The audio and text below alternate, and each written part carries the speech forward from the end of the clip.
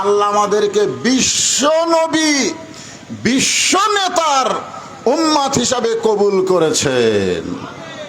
যেই নেতার আদর্শকে গ্রহণ করলে আপনার কোনো টেনশন করা লাগবে না, নেতা পালায়া যাবে, কর্মীরা বিপদে পড়বে, এরকম কোনো টেনশন নাই।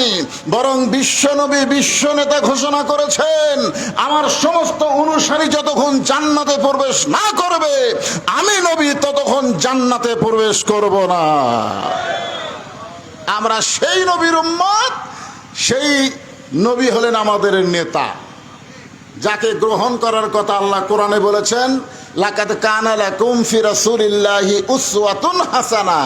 সফলতা যদি অর্জন করতে চাও, কোনো মানুষের চামচাগিরি না করে বিশ্ব নবীর অনুসারী হয়ে যাও। জোরে বলেন কথা ঠিক। আমরা সেই নবীর উম্মত, আল্লাহ আমাদের কবুল করেছেন। এজন্য খুশি হয়ে জবান খুলে আরেকবার বলি আলহামদুলিল্লাহ। আমরা যে কোরআন থেকে তাফসির শুনবো, আজকে আমি আপনাদেরকে যে আয়াতে কারিমা তেলাওয়াত করেছি, এই আয়াতটাকেই ব্যাখ্যা বিশ্লেষণ করে বুঝাইতে গিয়া এই মুহূর্তে আমি আপনাদেরকে এমন একটা জগতে নিয়ে যাব। জগৎ বুঝেন? সব জগতে গেলে কিন্তু আল্লাহ পাওয়া যায় না। আল্লাহ পাওয়ার আলাদা একটা জগৎ আছে। জোরে কোন কথা ঠিক কিনা? আপনারা বলেন তো, ব্রিটিশের আইন, ডক্টর কামালের সংবিধান মেনে যদি আমরা চলি এবং সেই মোতাবেক কথা বলি, তাহলে আমরা মারা গেলে ওই জগতে আল্লাহ পাওয়া যাবে না। আল্লাহ পাইতে গেলে নবীর তরিকা মোতাবেক আল্লাহর কোরআনকে সংবিধান হিসাবে গ্রহণ করা লাগবে। জোরে বলেন কথা ঠিক কিনা? হ্যাঁ, মনে করেন, আমি কিন্তু বলতেছি মনে করেন। কি করেন? মনে করেন যে জায়গায় আপনারা বসে আছেন, এই জায়গাটা হলো মসজিদে নববী। মনে করেন, মনে করতে অসুবিধা আছে? এক স্যার বলতেছে, মনে করো এক হালি কলা যদি 1 টাকা হয়, 10 হালির দাম কত? মনে করো এক হালি কলায় 1 টাকা, তাহলে 10 হালির দাম কত? এক ছাত্র লাভ দুটা বলতেছে, হুজুর স্যার এটা কি কলা? আচ্ছা স্যার কি বলেছে? মনে করো। ওই এখন লাভ দুটো বলে এটা কি কলা? তো স্যার বলতেছে এটা অনুপম কলা। তখন বলতেছে অনুপম কলায় 1 টাকা হালি আপনার।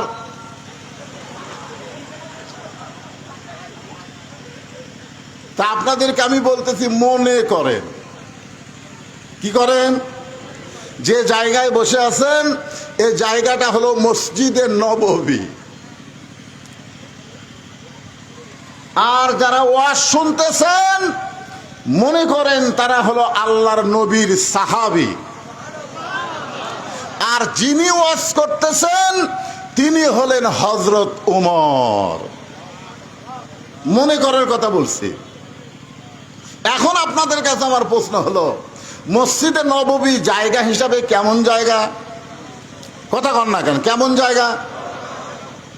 যাই কথা বলতেছেন না যে মসজিদ নববী কেমন জায়গা, এটা বলার পরে যে ভালো বলতেছেন না, ওই মরার আগে আল্লাহর জবান বন্ধ করে দিবে। আচ্ছা, মসজিদ নববী নিয়ে আপনাদের কোনো সন্দেহ আছে? যেখানে 1 রাকাত নামাজ পড়লে আল্লাহ খুশি হয়ে 50 রাকাত নামাজের সওয়াব দেয়। তাহলে বলেন মসজিদ নববী কেমন জায়গা? আর নবীর সাহাবী তারা কেমন মানুষ, কত ভালো। আল্লাহ কোরআনে বলেছেন, রাদিয়াল্লাহু আনহুম ওয়া রাদু আন যালিকা লিমান খাশিয়া রাব্বাহ। নবীর সাহাবী যারা বিনা হিসাবে জান্নাতি তারা। আপনারা বলেন তো, নবীর সাহাবীদের কোনো হিসাব দেওয়া লাগবে? কারণ আল্লাহ বলেছেন রাদিয়াল্লাহু আনহু ওয়া রাদু আন। এই জন্য আল্লাহ তাদের প্রতি রাজি হয়ে গেছে। সেই সাহাবীরা হলেন শ্রোতা, আর যিনি ওয়াজ করতেছেন তিনি হলেন হযরত উমর। আপনারা বলেন তো, ওমর ফারুক কেমন বক্তা, কেমন ভালো? খালি ভালো? আল্লাহ রাসূল বলেছেন, আমার পরে কেউ যদি নবী হতো লাকানা উমর, আল্লাহ উমরকে নবী হিসাবে পাঠায়া দিত। নবুয়তের দরজা বন্ধ হয়েছে বলে হযরত উমর নবী হওয়ার পারে নাই, কিন্তু নবী হওয়ার সব যোগ্যতা আল্লাহ হযরত উমরকে দান করেছে। সেই হযরত উমর ওয়াজ করতেছেন, সেই ওয়াজটা আমি আপনাদের সামনে আজকে রিলে করব। কারণ 5ই আগস্টে বাংলাদেশ স্বাধীন হয়ে গেছে, এখন হক কথা বলতে আর কোনো অসুবিধা নাই। উমর ফারুকের জন্য আল্লাহ তাআলা কোরআনে একটা আয়াত নাজিল করেছিলেন, কুল জাল হক ওয়া যাহাকাল বাতিল ইন্নাল বাতিলা কানা যাহুকা। হক যখন আসবে তখন কোনো বাতিল থাকবে না, আলো জ্বললে কোনো অন্ধকার থাকবে না। জোরে বলেন কথা ঠিক কিনা? এই জন্য আমরা স্লোগানের মধ্যে বলি, আল কোরআনের আলো ঘরে ঘরে জ্বলো। তাহলে রাস্তা দিয়ে যখন আসবেন, রাস্তা যদি অন্ধকার হয়, আপনার ঘরে আছে আলো, রাস্তা হলো অন্ধকার, তাহলে কেমনে আসবেন? এই জন্যে বলতে হবে আল কোরআনের আলো সব জায়গায় জ্বালো, মানে কোনো জায়গা বাদ দেওয়া যাবে না। জোরে কোন ঠিক? আপনারা যে কোরআনের ওয়াজ শুনতে আইছেন, এ কোরআনের এক নাম হলো নূর। নূর মানে আলো। জোরে কোন নূর মানে কি? আলো। আল্লাহ কোরআন সম্পর্কে বললেন, অনুনাজ্জিলু মিনাল কুরআনি মা হুয়া শিফাউ ওয়া রাহমাতুল লিল মুমিনিন।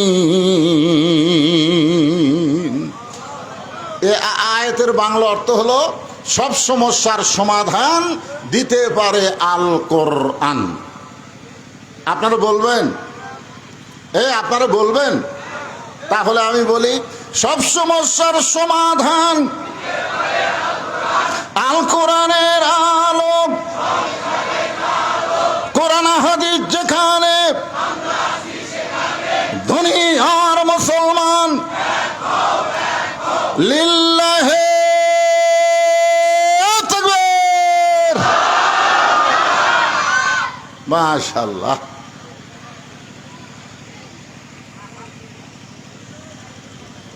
উমর ফারুক যখন মসজিদের মেম্বরে বসে ওয়াজ করতেছেন, ওই সময় তিনি ছিলেন বাংলাদেশের মতন 96টা দেশের খলিফা।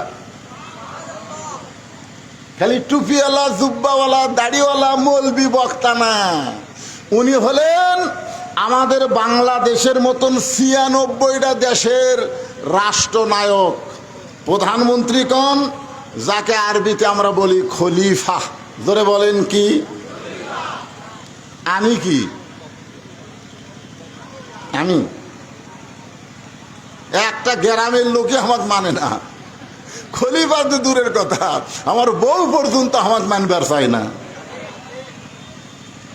এই জন্য আমার ওয়াজ আমি না করে হযরত উমর ফারুকের ওয়াজ করতেছি। একটু মনোযোগ দিয়ে শুনবেন। যে হযরত উমরের শানে আল্লাহ কোরআনে 23টা আয়াত নাজিল করেছে, বলেন সুবহানাল্লাহ। সেই হযরত উমর আলোচনা করতেছেন, সাহাবীরা পাগলের মতন হযরত উমরের কথাগুলো শুনতেছেন। কারণ বক্তা যখন আমল করে ওয়াজ করে, ওই কথাগুলোর তাসির শ্রোতার অন্তরে বেশি হয়। যার কারণে আল্লাহ বলেছেন, ওয়ামান আহসানু قولا ممن دعا إلى الله وعمل صالحا وقال إنني من المسلمين। আপনারা আল্লাহর কোরআনের আয়াত শুনলে আপনাদের ঈমান বাড়ে না কমে? আল্লাহ কি বলেছেন? যাদাতুহুম ঈমানা ওয়া আলা রাব্বিহিম ইয়াতাওয়াক্কালুন ওয়াইজা তুলিয়াত আলাইহিম আয়াতুহু জাদাতুহুম ঈমানান। কোরআনের আয়াত শুনলে মানুষের ঈমান বাড়ে না কমে? তো ঈমান বাড়ার লক্ষণ কি? চুপ থাকা। চুপ থাকা। খালি 16 বছর আমরা চুপ থাকার কারণে স্বৈরাচারী আমাকে মাথার উপর ছিল। জোরে কোন কথা ঠিক কিনা? কথা কয় না মানুষ। গত হাটে গোস্ত নিয়ে আইছে, আমি যুক্তি দিচ্ছি, 500 টাকা কেজি। পরের হাটে গেছে 550 টাকা, তারপরের হাটে গেছে 600 টাকা। প্রতি হাটে কয় টাকা করে বাড়তিছে, কিন্তু যাই গোস্ত কিনে ও কোনো কথা কয় না। কষাই দেখতেছে মানুষ যখন কথা কয় না তখন ইচ্ছা মতোই দাম বাড়ান যাবে, ধরে কোন ঠিক কিনা। তখন বউ বলতেছে, স্বামী গো, হঠাৎ জামাই চলে আসলো, আজকে কিন্তু 1 কেজি নিলে হবে না, 2 কেজি নেওয়া লাগবে। এখন স্বামী 2 কেজি গোস্ত নেওয়ার জন্য 1200 টাকা নিয়ে গেছে। কয় টাকা? 1200 টাকা নিয়ে গেছে। 2 কেজি গোস্ত নিয়ে যেই মাত্র 1200 টাকা দিছে, তখন গোস্তলা বলতেছে, ভাই গোস্তর দাম তো 1400। চিন্তা করতেছে 500 টাকার থেকে বারবার ধরলো, কোনো কথাবার্তা বললাম না। এখন কিনা লাগতেছে কত? 700। জোরে কোন কত? তখন ও আস্তে করে যে কষায়ের সামনে যে দাও আছে, ওই দাওটা নিয়ে সামনে যে একটা যে কাঠ আছে, কাঠের উপরে গোস্ত কাটে, ওই কাঠে একটা মারছে লাত্তি মারা কষায়ের কান্দের উপর দাও তুলে বলতেছে, বল কত করে কেজি বল। তখন কষাই বলতেছে, ভাই আপনি যা দিবেন তাই। তার মানে বোঝা গেল মানুষ যখন জবান খুলবে তখন সেই এলাকার মধ্যে কোনো অন্যায় অবিচার হবে না। জোরে কোন কথা ঠিক কিনা? হ্যাঁ, দিনের ভোট রাতে করলো, বিনা ভোটে সব নেতা হলো। আপনারা বলেন তো, বিবাহ না করে কেউ যদি সন্তানের বাপ হয়, ওই সন্তান হালাল যাদা হয় না, ও হারাম যাদা হয়। জোরে কোন কথা ঠিক কিনা? ভোট না পাইয়া যারা এমপি ইলেকশন করলো, সংসদে গেল, ওরা কোনোদিন হালাল নয়, ওরা হলো হারাম। জোরে বলেন কথা ঠিক। কিন্তু আমরা কথা বলিনি, আমাদের কথা বন্ধ। এখন কথা বন্ধ করলে হবে না। কোরআনের আয়াত তেলাওয়াত হওয়ার সঙ্গে সঙ্গে জবান খুলে বলতে হবে আল্লাহু আকবার। বলতে পারবেন? মাশাআল্লাহ। তাহলে কি বললাম? আল্লাহ বলতেছেন, ওই ব্যক্তির চাইতে উত্তম কোনো ব্যক্তি নাই যে ব্যক্তি আল্লাহ রাস্তায় মানুষকে দাওয়াত দেয়। শুধু দাওয়াত দেয় না, সে নিজে আমল করে এবং মুসলমান হিসাবে পরিচয় দেয়। আপনারা বলেন তো, আমাদের মতন বক্তা যারা আমরা ওয়াজ করি, আমরা যে ওয়াজ করি সে ওয়াজ অনুযায়ী আমল নাও থাকতে পারে, কিন্তু হযরত উমর যে ওয়াজ করতেছে, আপনারা বলেন তো উমর আমল না করে ওয়াজ করতেছে? এখন চিন্তা করেন, যে বক্তার ভিতরে আমল আছে ওই বক্তার কথার মধ্যে তাফসীর আছে, আর যে বক্তার আমল নাই ওই বক্তার কথার উপরে তাফসীর নেই। হযরত ওমর যখন আলোচনা করতেছেন, এমন সময় সাহাবীরা পাগলের মতন তার কথাগুলো শুনতেছেন।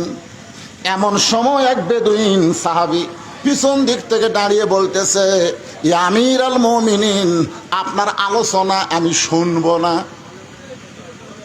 সমস্ত সাহাবীরা পাগলের মতন যখন ওয়াজ শুনতেছে, পিছন দিক থেকে একজন সাহাবী, তাও আবার বেদুইন সাহাবী, পাহাড়ি এলাকার সাহাবী, যাযাবর, যার কোনো ঘর নাই বাড়ি নাই, এরকম একটা সাহাবী পিছন দিক থেকে দাঁড়িয়ে বলতেছে, ইয়া আমিরুল মুমিনিন, আপনার আলোচনা আমি শুনবো।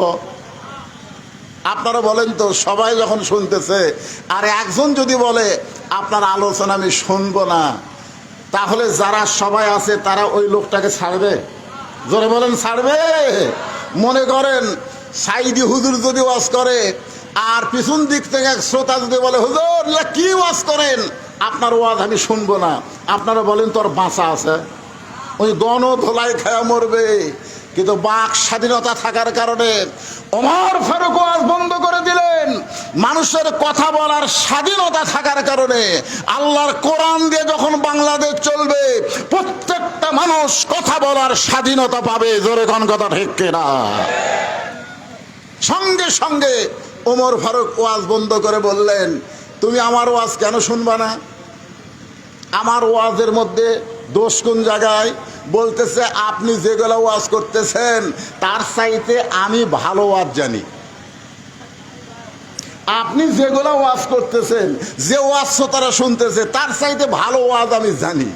সঙ্গে সঙ্গে ওমর ফারুক বললেন, এই সাহাবীরা, তোমরা মাঝখানে রাস্তা করে দাও, তোমরা মাঝখানে রাস্তা করে দাও, ওকে আমার কাছে আসতে দাও। ওই বেদুইন সাহাবী যখন হযরত উমরের কাছে আসলেন, সঙ্গে সঙ্গে উমর ফারুক চেয়ার থেকে নিচে নেমে গিয়ে বললেন, ভাই তুমি এখন চেয়ারে বসে ওয়াজ করো, আমার চাইতে ভালো ওয়াজ যদি তোমার জানা থাকে তাহলে তুমি এখন শুরু করে দাও।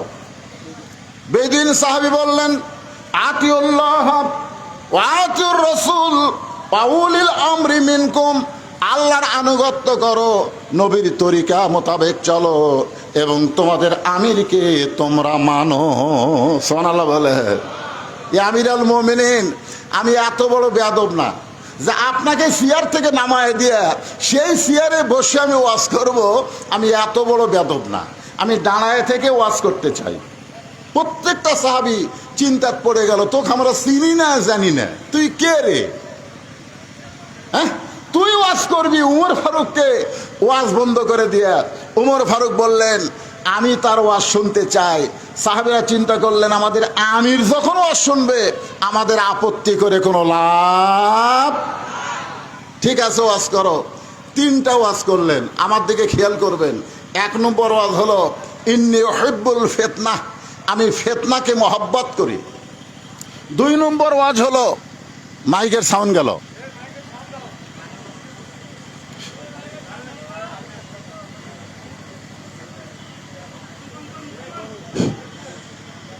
লা ইলাহা ইল্লাল্লাহ, লা ইলাহা, এই সাউন্ড বাড়ায় দাও, লা ইলাহা ইল্লাল্লাহ।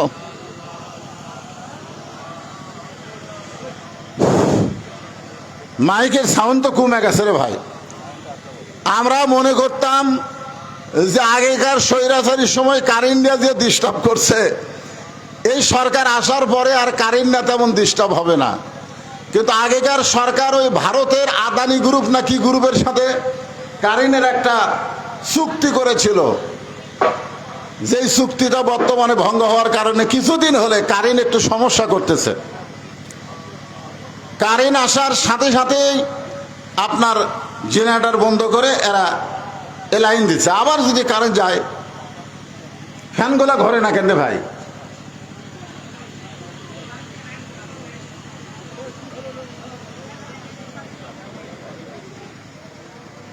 আমরা আল্লাহর জিকির করি, অধৈর্য হই না। ইন্নাল্লাহা মা'আস সাবিরিন, ধৈর্যশীলদের সঙ্গে কে আছে? আরো জোরে বলেন। গাও ঘেমে যাচ্ছে, গরমে গাও ঘামতেছে, আর আল্লাহর ফেরেশতারা বলে, আল্লাহ এরা কি পাগল, আরামের বাড়ি, এসি রুম, ফ্যান ঘরে, সেগুলা বাদ দিয়ে এ গরমের মধ্যে বসে ওয়াজ শোনে, এদের মতন পাগল তো আমরা দেখলাম না।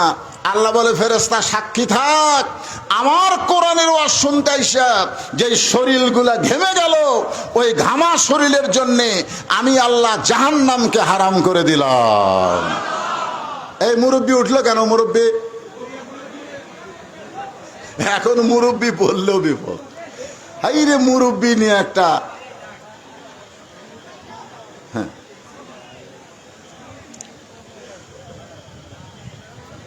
কি বলতেছিলাম?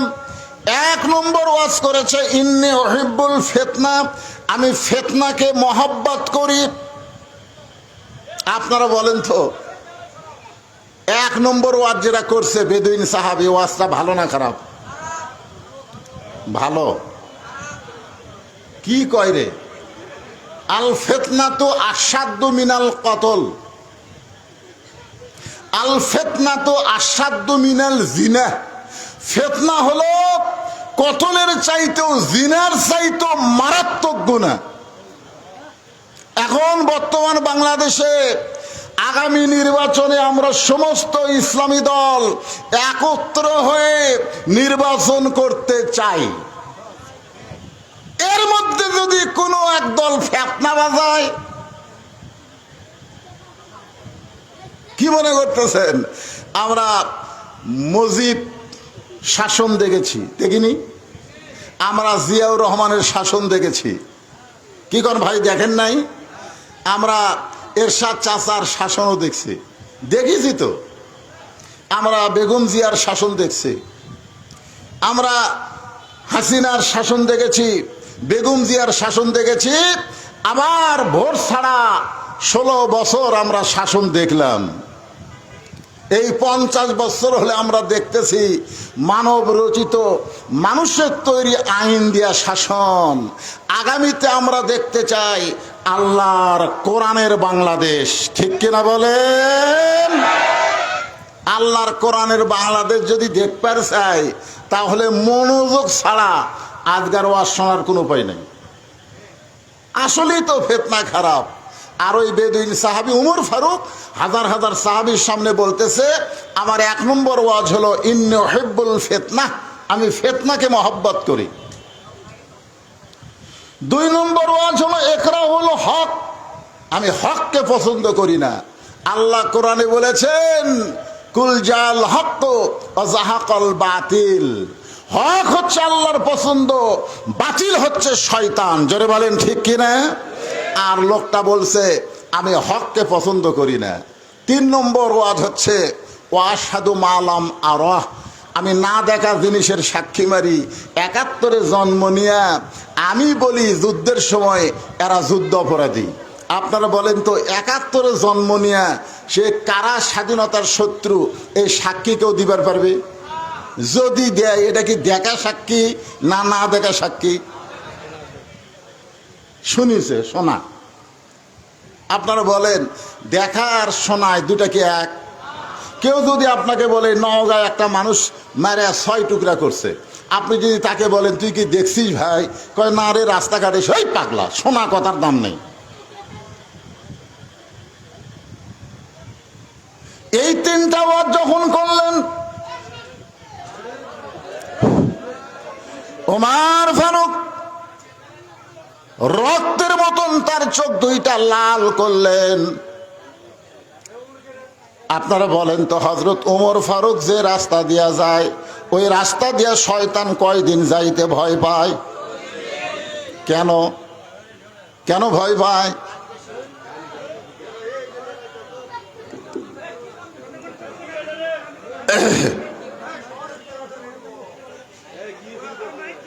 না মাইক ঠিক থাকলে হবে না তো, শ্রোতার আমার দেখা লাগবে না?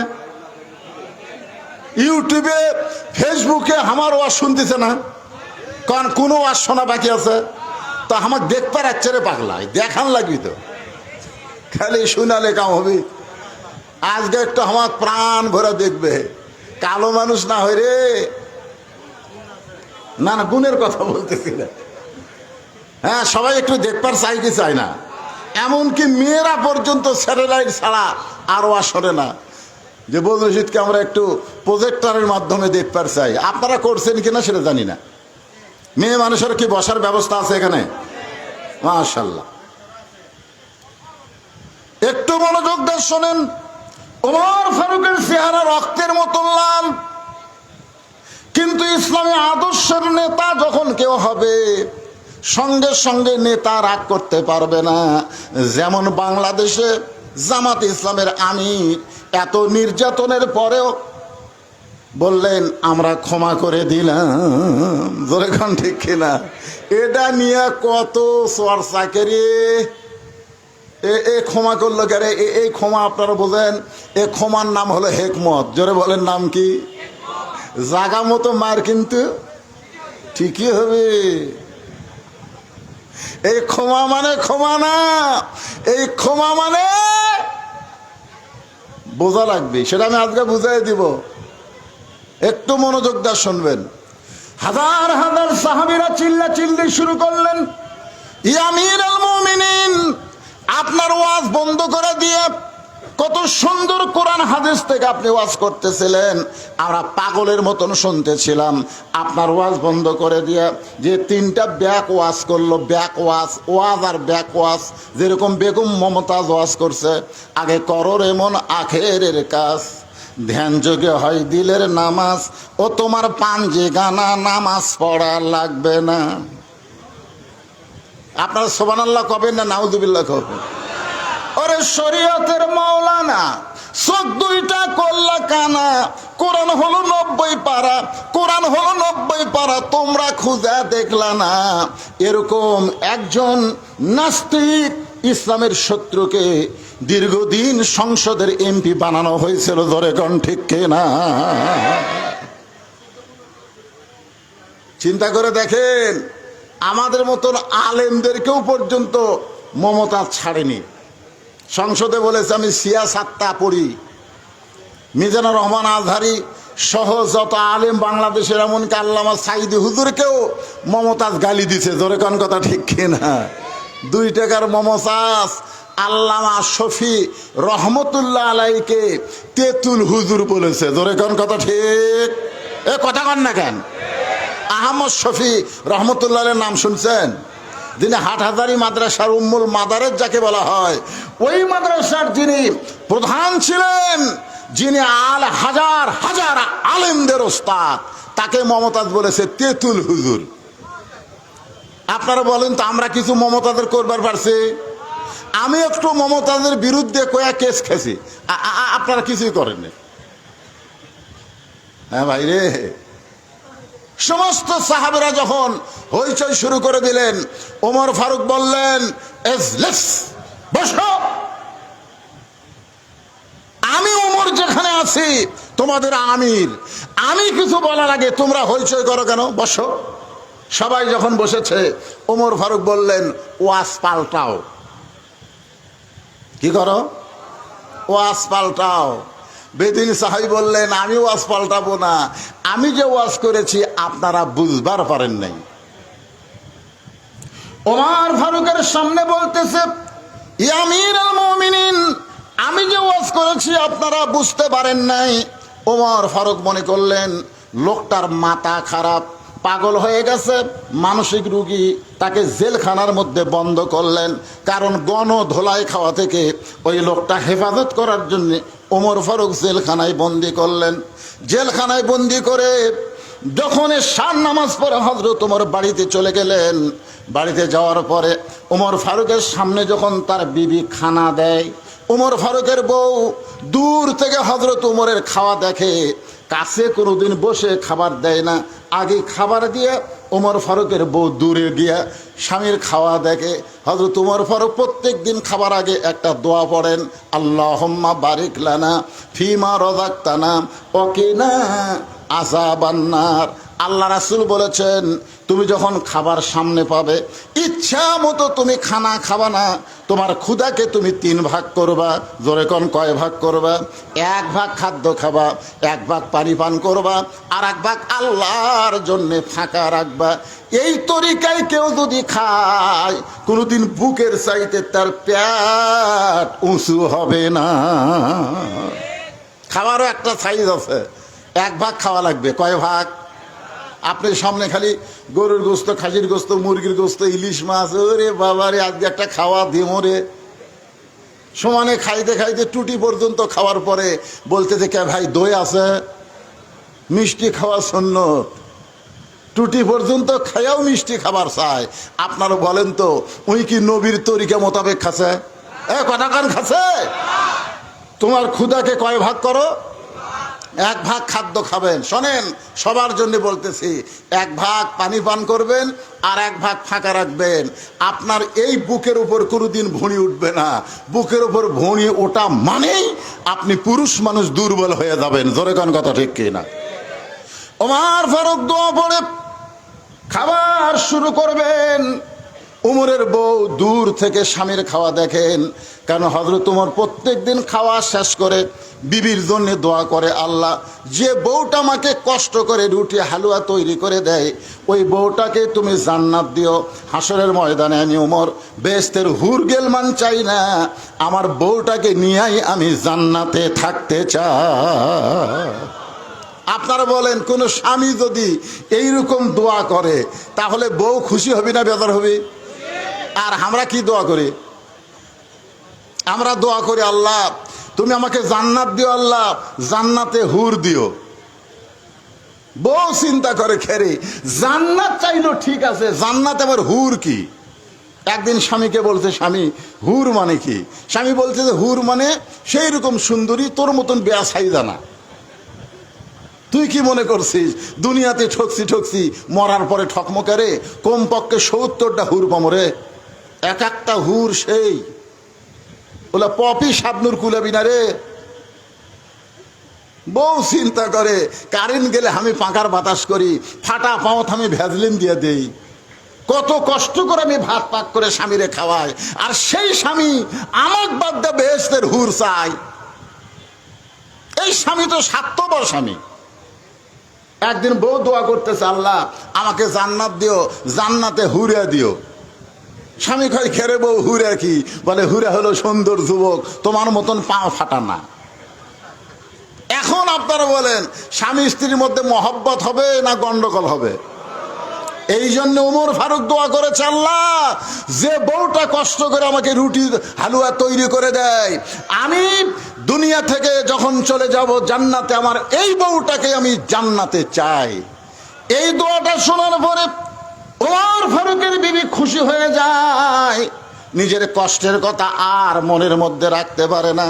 কিন্তু হযরত ওমর আজকে দোয়া পড়ে রুটি ছিঁড়ে যখন হালুয়া মুখে দিবার যাবে, এমন সময় ইন্নাল্লাহা ইয়ামুরুকুম আন তুআদ্দুল আমানাতি ইলা আহলিহা ওয়া ইযা হাকামতুম বাইনান নাস আন তাহকুমু বিল আদল। জোরে বলেন সুবহানাল্লাহ।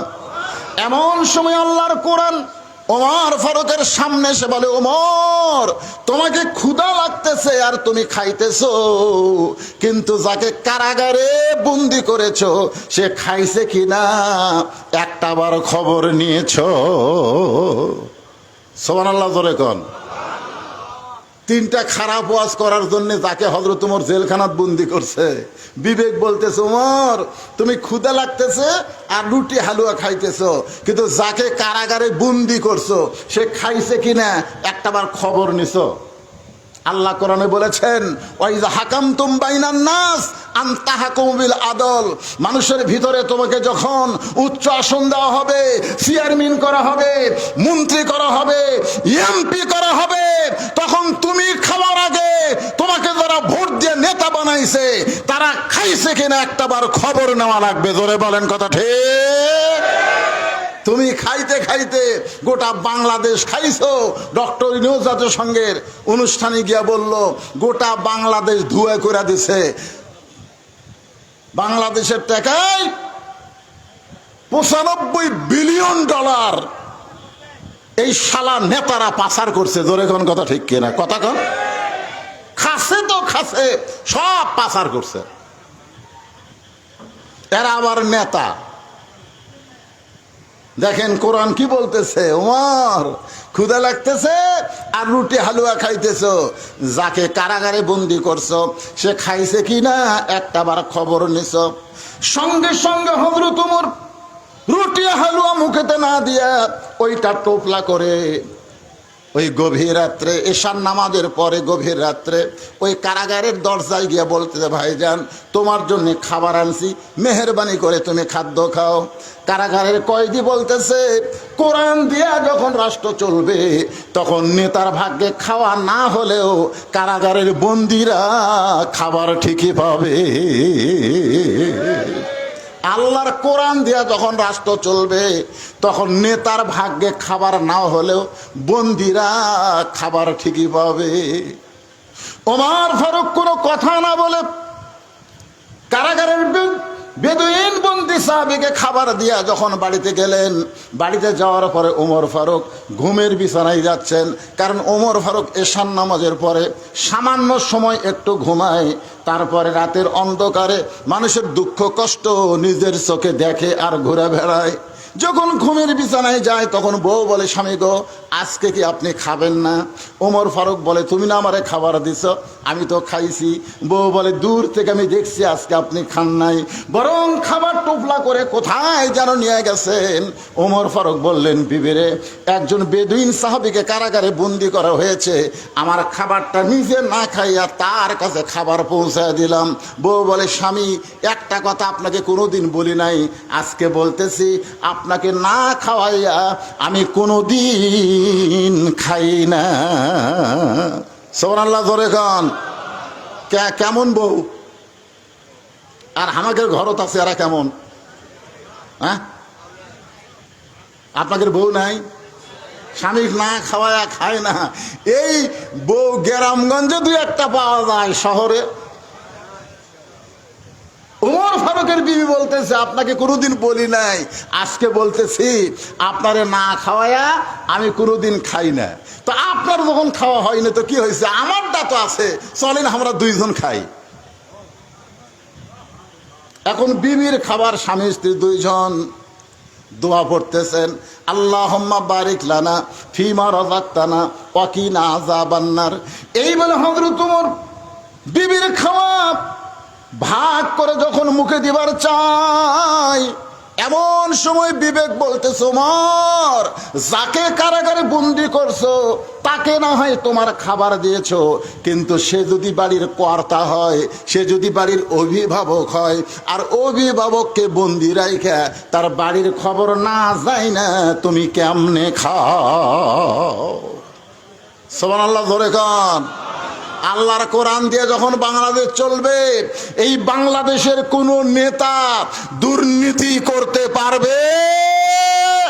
ওয়াইযা হাকামতুম বাইনান নাস আন তাহকুমু বিল আদল। আমি ওয়াজে বলি, 6 বছর ধরে ন্যাংরা আমের চাষ করছে। জ্যৈষ্ঠ মাসে দেখতে গেছে আম পাকছে কিনা, দেখবার যায়, দেখে ছোট বাচ্চা গাছের ডালে বসে আম পাকতেছে আর ব্যাগ ভরাচ্ছে। বাগানের মালিক বলে, আমি খাই নাই, পরিবারের কেউ খায়নি, আর তুই আমার গাছে চড়ে আম পাড়তেছিস, তোর বাপক যা বিচার দি মরে। ছেলে খালি মুসকি মুসকি হাসে। বাগানের মালিক বলে, হাসিস কেন? বলে, হাসার কারণ হলো আমার বাপক কোথায় যায় বিচার দিবেন, আমার বাবাও তার এক গাছত চড়ছে। বাগানের মালিক তাকায় দেখে ওর বাপ খালি আম পাড়ে আর বস্তা ভরায়। গাছের ছায়ায় বসে কান্দের, বলে, আল্লাহ বিচার দিমো কার কাছে? বেটাও চোর, বাপও চোর। আজকে আমাদের বাংলাদেশের অবস্থা তাই হয়ে গেছে, বিচার দিবেন কার কাছে? আলেমগুলা জেলখানায় আর বদমাশগুলা সব জামিন পায়। জোরে কোন কথা ঠিক কিনা? চিন্তা করছেন? মাহমুদুর রহমান সবচাইতে বাংলাদেশের ভালো সাংবাদিক। জোরে কোন কথা ঠিক কিনা? মিস্টার জয় সাহেবকে নাকি সে হত্যা করবি, মিথ্যা একটা মামলা দিয়ে 6 বছর জেল দিল, 7 বছর জেল দিল। তিনি তার মাকে দেখতে সে একটু হাজিরা দিছে, আবার তাকে গ্রেফতার করে থানার দিছে। এগুলো আইন নয়, এগুলো আইনের নামে প্রহসন চলেছে। চোরেরা বিচারক হয়ে গেছে। জোরে কোন কথা ঠিক কিনা? বিচারক যদি চোর হয়, চোরের কাছে আপনি কি বিচার পাবেন? বেটাও চোর, বাপও চোর।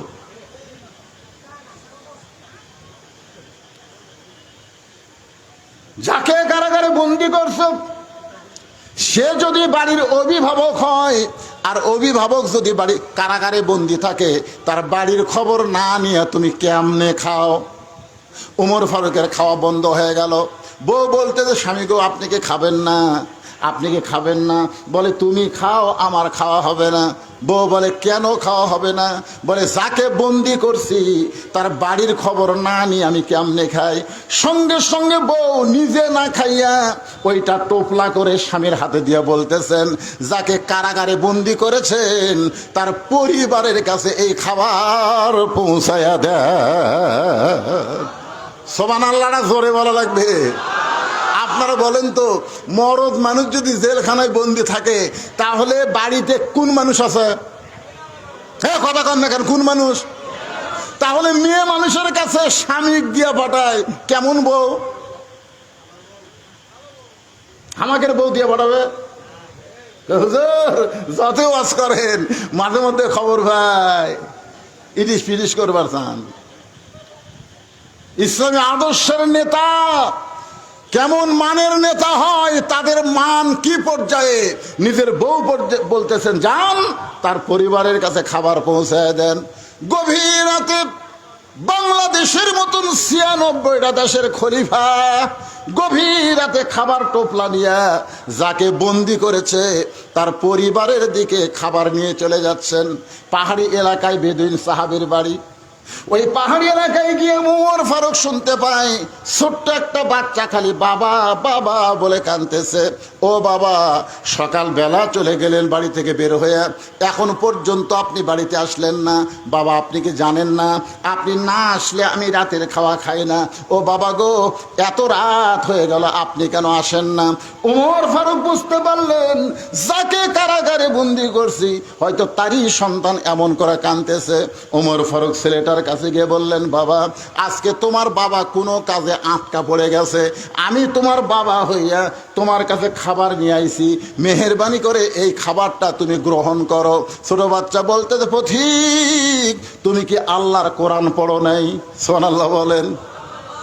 ছোট্ট একটা বাচ্চা গভীর রাত্রে হযরত উমরকে বলতে, পথিক তুমি কি আল্লাহর কোরআন পড়ো নাই? আল্লাহর কোরআন যদি তুমি পড়তে তাহলে তুমি আমার কাছে বাবা হিসাবে উপস্থাপন করতে পারতা না। কারণ আল্লাহ কোরআনে বলেছেন, ওয়াকাযা রাব্বুকা আল্লা তা'বুদু ইল্লা ইয়াহু ওয়া বিল ওয়ালিদাইনি ইহসানান। আল্লাহর পরই সন্তানের কাছে হলো বাপ মা। জোরে কোন সুবহানাল্লাহ। আল্লাহর পরই সন্তানের কাছে হলো বাপ মা। এই বাপ মা হলো যে বাবা তাকে জন্ম দিছে। আমার জন্ম দেওয়া বাবা ছাড়া দুনিয়ার কাউকে আমি বাবার জায়গায় আসন দিতে পারি না। সুবহানাল্লাহ, জোরে কোন। দেখছেন, আল্লাহর কোরআন দিয়ে যখন রাষ্ট্র চলবে তখন কেল্লা বাবা, দয়াল বাবা, গাজা বাবা, খাতা বাবা, এক বাবাও বাংলার জমিনে থাকবে না। জোরে কোন কথা ঠিক কি না? তোর এত বাবা লাগে কেন? একটা ছোট্ট বাচ্চা ওমরকে বলতেছে, পথিক তোমার ভিতরে কি আল্লাহর কোরআন নাই? তুমি আমার বাবা হবার চাও? আমাকে যে জন্ম দিয়েছে ওই বাবা ছাড়া আমার কলিজার মধ্যে অন্য কোনো বাবার জায়গা নাই। যদি খাবার চাই ওই বাবার সঙ্গেই খাবো, দুনিয়ার কারো খাবার আমি গ্রহণ করব না। সঙ্গে সঙ্গে হযরত ওমর ওই ছোট বাচ্চাকে কাঁধে করে নিয়ে বন্দি সাহাবীর জেলখানার দরজায় পৌঁছায় দিলে। ওমর ফারুক বললেন, ওই ঘরের মধ্যে তোমার বাবা। ছেলেটা দৌড়ে গিয়া দরজার সামনে গিয়া তাকায় দেখে ভিতরে খাঁচার মধ্যে ময়না পাখি বন্দি হয়ে আছে। খাঁচার মধ্যে কি পাখি? ময়না পাখিরা কোথায় থাকে? আর কাউয়া খালি কা কা করে আর খেলা হই কে রে কাউয়া, তোর মাজা ভাঙ্গা, তুই খেলবো কেমনে রে? তোর এখন কথা ঠিক কি না? রে কাউয়া রে, হ্যাঁ কাউয়া কইল পালাবো না, দরকার হলে ঠাকুর গায়ের ফখরুলের বাড়ি যাবো। জনগণ মনে করতে কাওয়াবান ফখরুল সাহেবের বাড়িতে আছে। কাউয়া ময়না পাখি 50 বছর কোরআনের তাফসীর করেছে। ধরে বলেন কথা ঠিক কিনা? ময়নারে তোমরা খাঁচাই বন্দি করে থিয়া কাউয়ারে তোমরা ছাড়া দিছে। কাউয়া আমি যে বলবো কারে ছাইড়া দিছে আপনার জোরে বলবেন কাউয়া, বলতে পারবেন না ভাই? ময়না পাখিরে বন্দি রাইকে কারে ছাইড়া দিছে?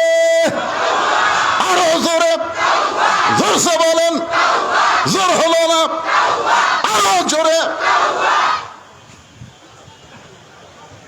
কাউয়া, এবার বুঝছি কাউয়ার খবর কি। এ ওয়াজ খালি এই আপনাকে এলাকার থাকতেছে রে, ওয়াজ গোটা বিশ্ব রিলে হচ্ছে। তোর এখন ঠিক না? কাউয়া যেটি বলে থাক, কাউয়া যেটি থাক, শুনবার ভাবি কে রে? ওরে বাবা রে।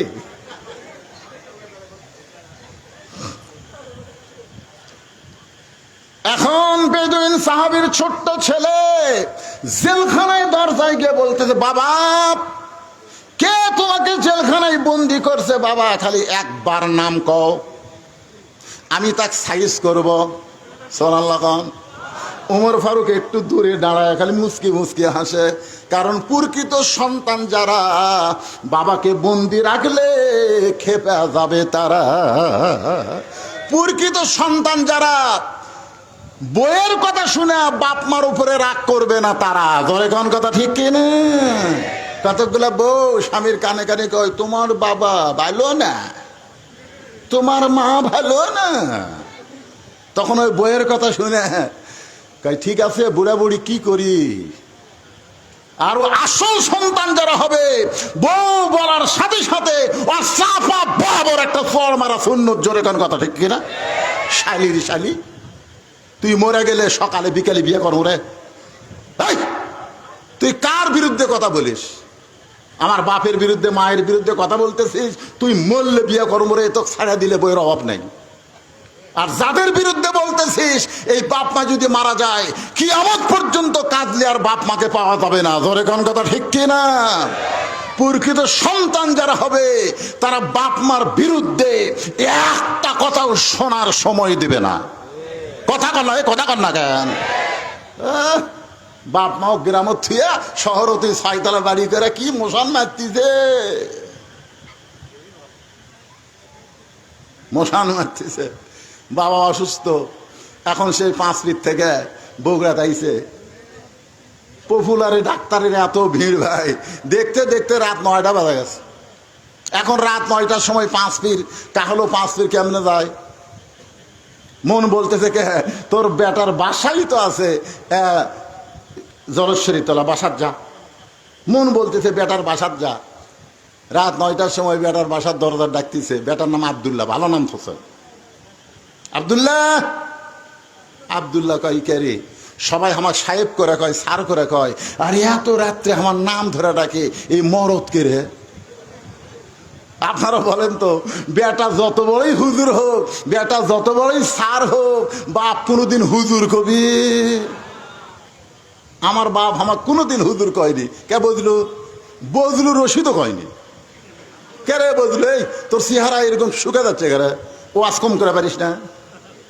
মানুষজন দাওয়াত দিবার আছে আর আমার বাপ ডাকে, বজলু কি খবর? আমি কই আল্লাহ রে। একদিন বাবাকে বললাম, আব্বা মানুষজন যখন আসে তখন একটু হ্যাঁ তোকে হুজুর করে কয়া লাগবে নাকি? আব্দুল্লাহ, আব্দুল্লাহ বুঝবার পারছে মরদ যাচ্ছে। সুবহানাল্লাহ খান দরজা খুলি বলতেছে, বাবা রাত 9টার সময় কেন আইছেন বাবা? বলে ডাক্তারের কারণে এত রুগীর ভিড়, দেখতে দেখতে 9টা বাজা গেল। এই 9টার সময় 5 ফিট কেমনে যায়?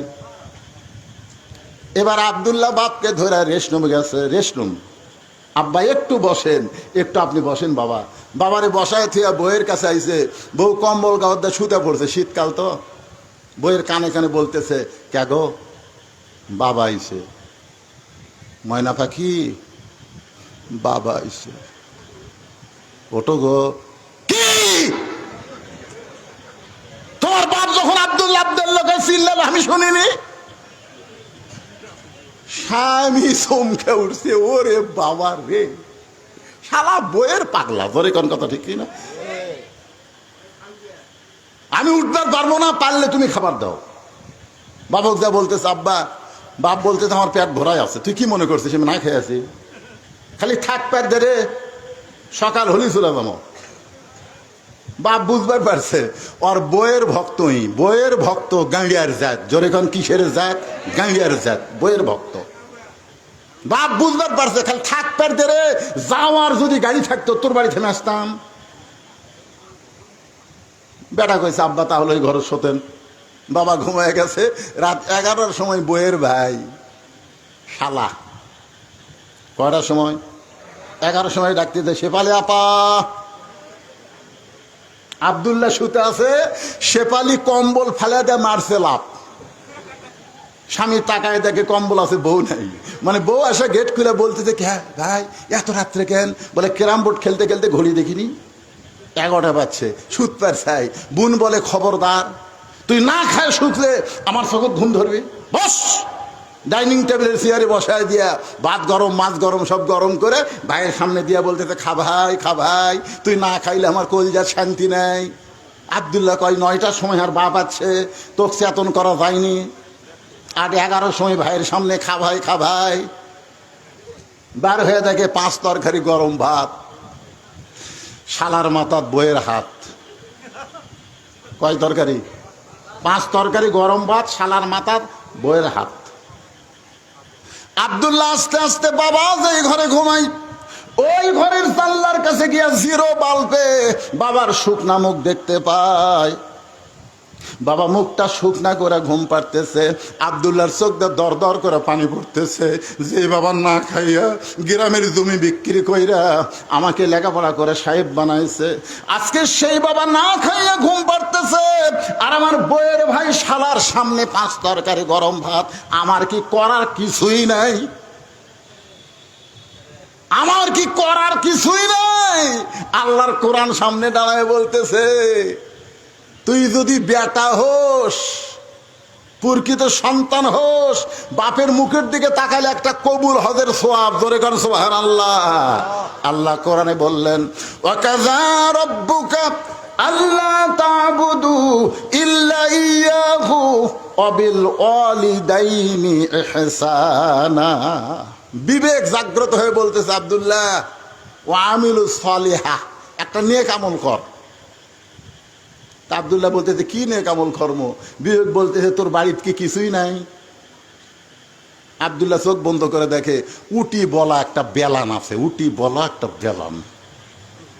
বিবেক বলতেছে, তোর বউ তো তোর শালা খিলাচ্ছে, তুই আস্তে আস্তে বিলে যেমন ইন্দুর ধরে এভাবে চুপি চুপি বইয়ের পিছনে গিয়া এমন জায়গায় একটা বাড়ি মারবো, যেটি বাড়ি মারলে পুলিশকে দেখাবার পারবি না, কোনো নেতাকেও দেখাবার পারবি না।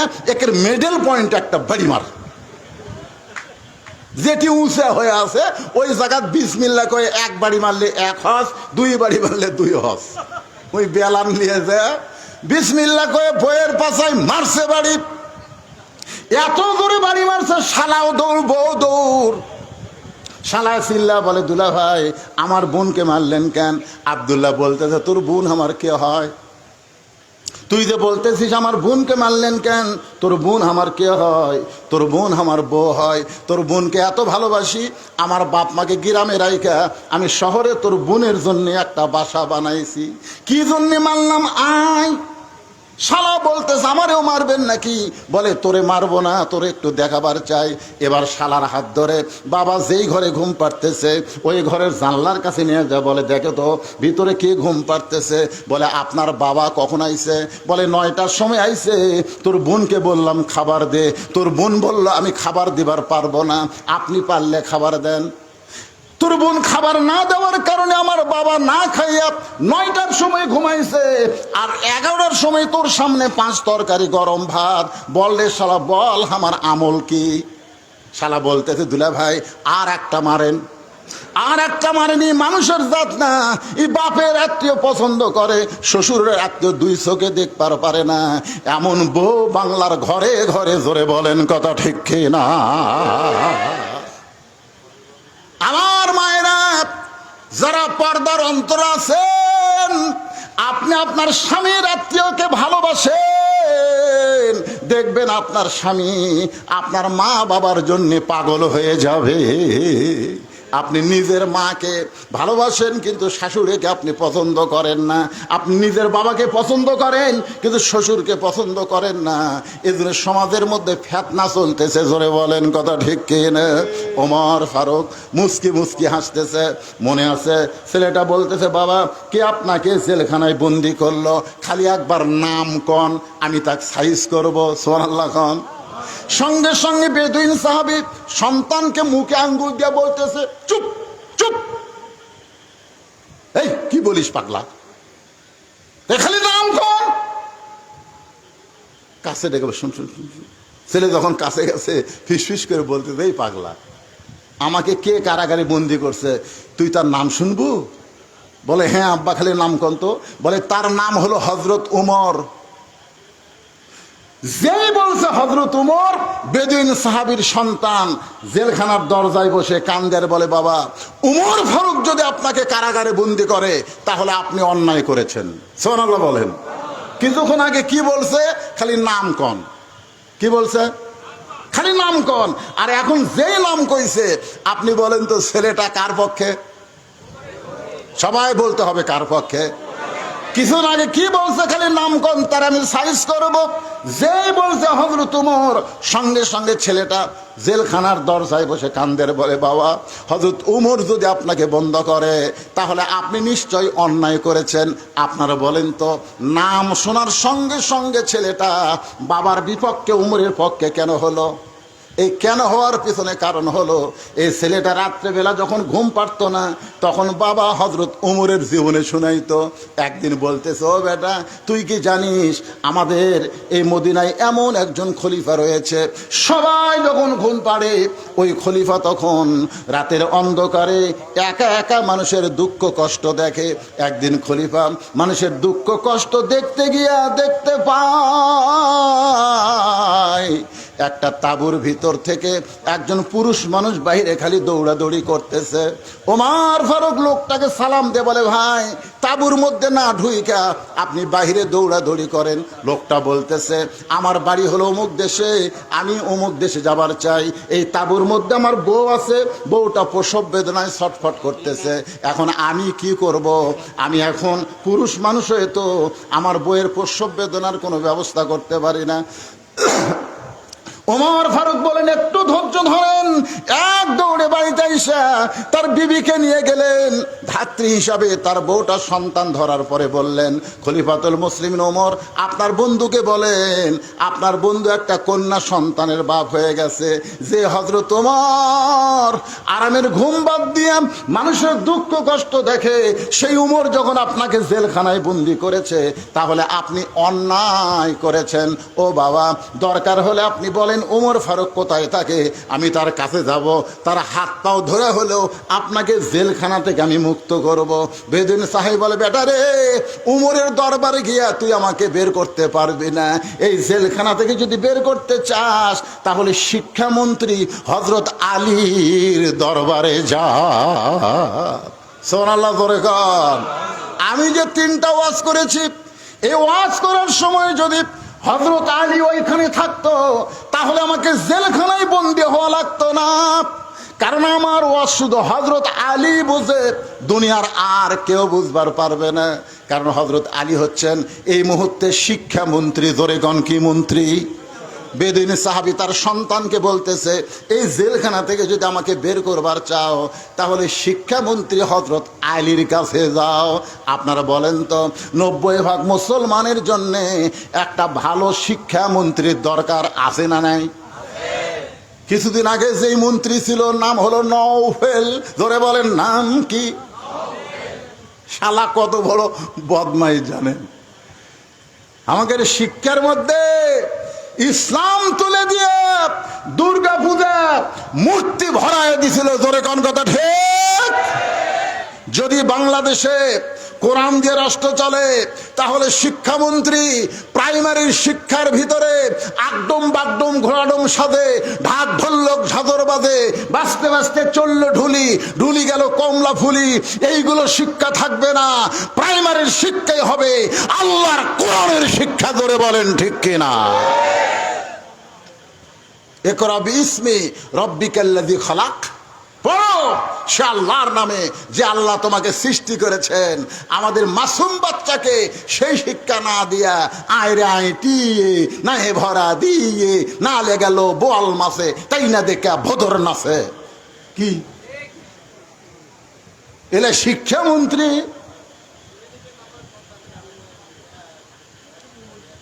কথা বলেন, এটা কি হিন্দুর দেশ না মুসলমানের দেশ?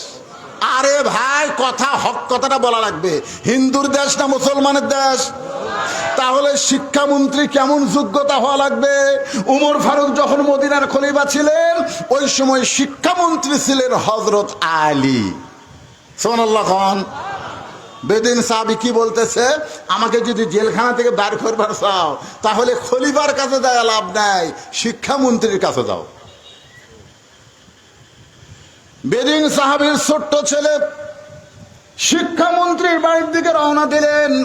বাড়ির কাছে গিয়ে দেখে 2টা যুবক দাঁড়া আছে, চাঁদের চাইতেও সুন্দর। নাম হলো হাসান আর হোসাইন। সবাই সুবহানাল্লাহ বলেন না? মরা গেলে বুঝবেন, মরা গেলে বুঝবেন। সাইদুস শাবাবে আহলিল জান্নাহ হাসান হোসাইন রাদিয়াল্লাহু তাআলা আনহুমা জান্নাতি সমস্ত যুবকদের সর্দার হবে। কয়জন? কে রে? সবাই কথা কন না কেন? কে? নেইমার আর মেসি? হ্যাঁ, নেইমার আর মেসি?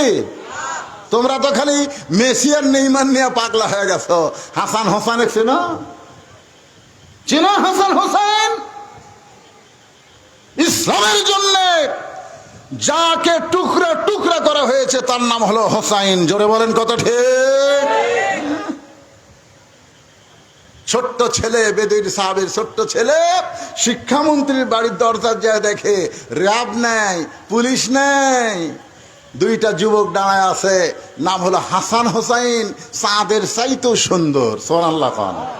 হাসান মানে কি, হোসাইন মানে কি বোঝা লাগবে তো ভাইজান। জান্নাতুল বাকি মদিনার পাশে যে গোরস্থান, এই গোরস্থান যখন জিয়ারত করলাম, একজন আমাকে বলল, হুজুর ওই যে কবর দেখতেছেন, এই কবরটা হলো হযরত হাসান রাদিয়াল্লাহর কবর। আগে সব কবর চেনা যাইতো, কিন্তু বর্তমান সৌদি সরকার এরা সব কবর ভাঙ্গা দিছে। যেটা শুরু হয়েছিল বাংলাদেশে মাজার ভাঙ্গা, জোরে কন কি ভাঙ্গা, এ কথা কন কি ভাঙ্গা। আগে সব মাজার ছিল, তুরস্কর সময় তুর্কিরা যখন শাসন করত সব মাজার ছিল। কিন্তু যখন বর্তমান সরকার সৌদি আরবে যারা আছে এরা যখন ক্ষমতা পাইল, তখন সব মাজার ভাঙ্গা দিল। খালি তিনটা মাজার আছে, একটা হলো নবীর রওজা, একটা আবু বকর, আর একটা হযরত ওমর। এই তিনটার মধ্যে হাত দিবার পারে, কথা কয় না কেন?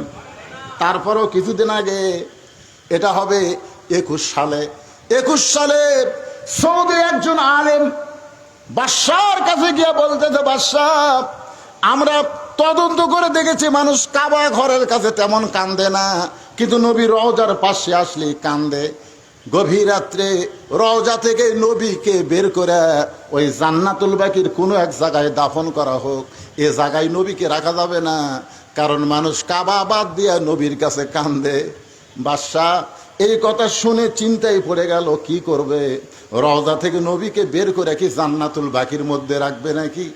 বাজান গো একটু মনোযোগ দেন, নবীর কাছে মানুষ কান্দে, কাবার কাছে কান্দে না। কারণ কাবা এমন একটা ঘর, যে ঘরের কাছে আল্লাহওয়ালা না থাকলে কাফেররা মূর্তি ঢুকায়। আর নবীর রওজা এমন একটা রওজা যেটা আরশে আজিমের চাইতেও দাম বেশি। আপনারা বলেন তো, যারা প্রকৃত মুসলমান, মদিনার রওজায় কি আমাদের নবী মরে আছে? এ জোরে কোন মরে আছে?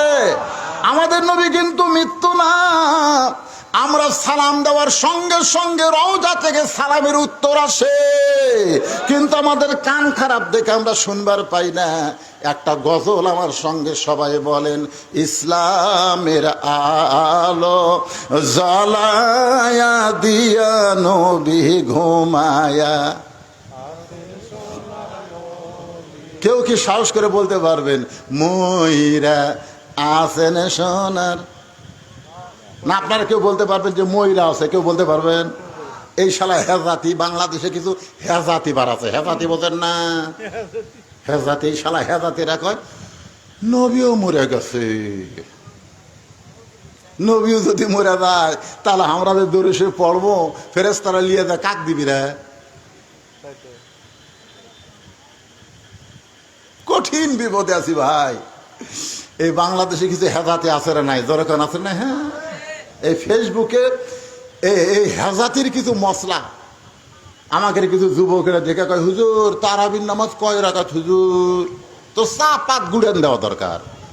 তোর দাদা কয় রাকাত পড়ছে? কয় 20 রাকাত। তোর বাপ কয় রাকাত পড়ছে? 20 রাকাত। তো তোর আবার কোন জাকাত বাঁচা? হুজুর নামাজের পরে হাত তোলা যাবি কি যাবি না? তোর মন না চালে তুলিস না, এ ফতুয়াবাজি করিস কেন রে? এরকম কিছু লোক আছে না নাই? সৌদি আরবে কাম করবে গেছে, 4 বছর কাম করে আসা 2 ঠ্যাং ফাঁক করে খাড়া হয়ে হাতে টি বান্ধিছে। কে রে এটা কি করছে? হুজুর সৌদি আরবে। তুই সৌদি আরবে কি লেখাপড়া করবার গেছিল? তুই সৌদি আরবের কোন ভার্সিটিতে পড়ছু? কয় না হুজুর আমি ক্লিনার। তুই ক্লিনার হয়ে আসা হাতে টি বান্ধলু, তার মানে আমরা মুফতি হয়ে হাত সব এটি বান্ধিচ্ছি, আর তুই রাস্তা সাফ করে এসে হাত এটি বান্ধিস, ঠ্যাং ফাঁক করে দাঁড়াস। তোর কি অন্ডকোষ বড় হতে কারে?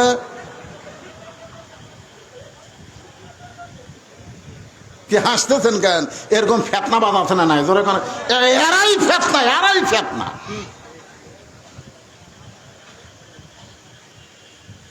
বাজান একটু মনোযোগ দিয়ে শোনেন। শিক্ষামন্ত্রীর বাড়ির দরজায় গিয়া হাসান আর হুসাইন ছেলেটা সালাম দিয়ে বলতেছে, শিক্ষামন্ত্রীর সঙ্গে আমি দেখা করবার চাই। হাসান হুসাইন বলে, কে রে পুচকে, শিক্ষামন্ত্রীর কি দরকার? এই কথা হাসান হুসাইন যেই বলতেছে, এমন সময় হযরত আলী ঘর থেকে বাইরে চলে আইছে। লিল্লাহু আকবার।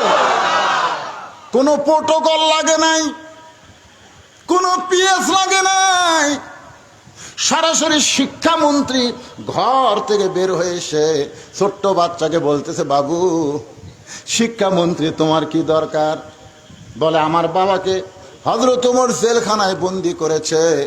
আলী বলতেছে, উমর ফারুক যখন জেলখানায় বন্দি করেছে তখন আমাক দিয়া কোনো কাম হবে না। ছোট্ট বাচ্চা বলতেছে, আমি যে 3টা ওয়াজ করেছি, যে ওয়াজ করার কারণে হযরত ওমর আমাকে জেলখানায় বন্দি করেছে, ওই মাহফিলে যদি আলী থাকতো তাহলে আমাকে জেলখানায় আসা লাগতো না। তার মানে বোঝা গেল এই ওয়াজের মধ্যে কিছু গুরুভেদি আছে। জোরে কোন কথা ঠিক কিনা? আপনি ছিলেন না বলে আমার বাবাকে জেলখানায় বন্দি করেছে, মেহেরবানি করে আপনি একটু কি যাবেন? আপনি কি একটু যাবেন?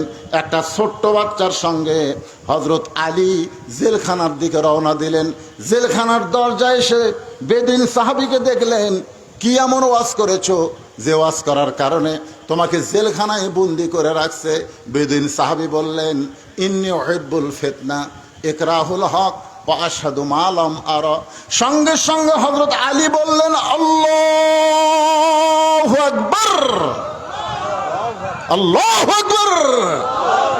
তুমি যে 3টা ওয়াজ করছো, এর চাইতে হক ওয়াজ এই পৃথিবীতে একটাও নাই। জোরে কোন সুবহানাল্লাহ।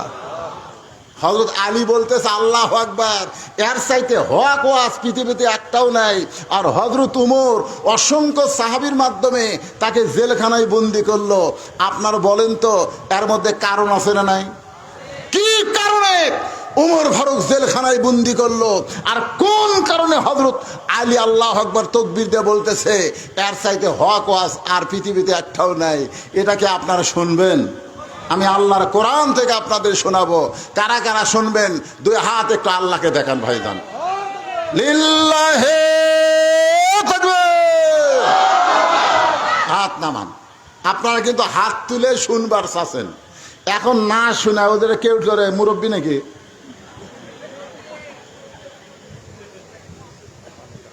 লিমা তাকুলু মা লা তাফালুন। আপনারা বলেন তো এই আয়াতের অর্থ কি? এই আয়াতের অর্থ হলো কথার সাথে কামের মিল নাই। আপনারা হাত তুলে ওয়াদা দিলেন আপনারা সবাই শুনবেন, এখন না শুনে যদি কেউ ওঠেন উনি টাটকা মুনাফিক। এই জোরে কান, কি মুনাফিক? তাহলে আপনাদের শোনা লাগবেই। এখন আপনারা কন আপনাকে বলা লাগবেই, কি আমাকে বলা লাগবে না? তাহলে আমি বলবই, এ ওয়াদা করলাম। এখন আপনারা বলেন আমরা শুনবই, এ ওয়াদা করলাম। আর কথা কয় না, শুনবেন না? মাশাআল্লাহ। আজকে তো আর আমার এই ওয়াজের পরে তো আর কোনো ওয়াজ নাই যে টানাটানি করে দৌড় মারা লাগবে। ভাইজান, পিছনে অনেক আল্লাহর বান্দারা দাঁড়ায় আছে। আমি যখন ওয়াজে উঠছি তখন বাজে ঘড়িতে 10টা। ধরে কোন কয়টা?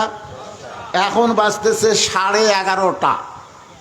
আমি একটানা 1.5 ঘন্টা ওয়াজ করে 5টা মিনিট এতিমখানার জন্যে আপনাদের কাছে কোরআন শরীফ আদায় করব। কোরআন শরীফ এই মাদ্রাসায় 100টা কোরআন শরীফ আপনাকে দেওয়া লাগবে। একটা কোরআন মাত্র 500 টাকা। আপনি 500টা টাকা দিবেন, একটা কোরআন দানের সওয়াব আল্লাহ আপনার বাপ মার কবরে দিয়ে দিবে।